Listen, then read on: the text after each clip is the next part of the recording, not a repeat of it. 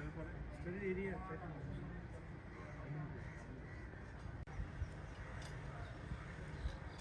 ভয়াবহ তো ভাঙতে হবে না। না দরকার নেই।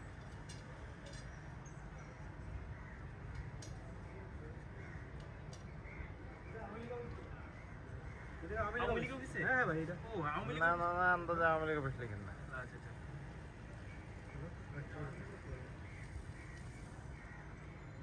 ধানমন্ডিতে ভয়াবহ আগুন আমরা দেখতে পাচ্ছি।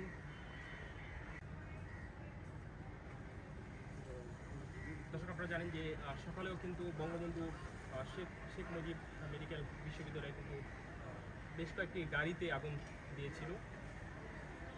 এই মুহূর্তে আমরা দেখতে পাচ্ছি যে ধানমন্ডিতে ভয়াবহ আগুনে জ্বলছে।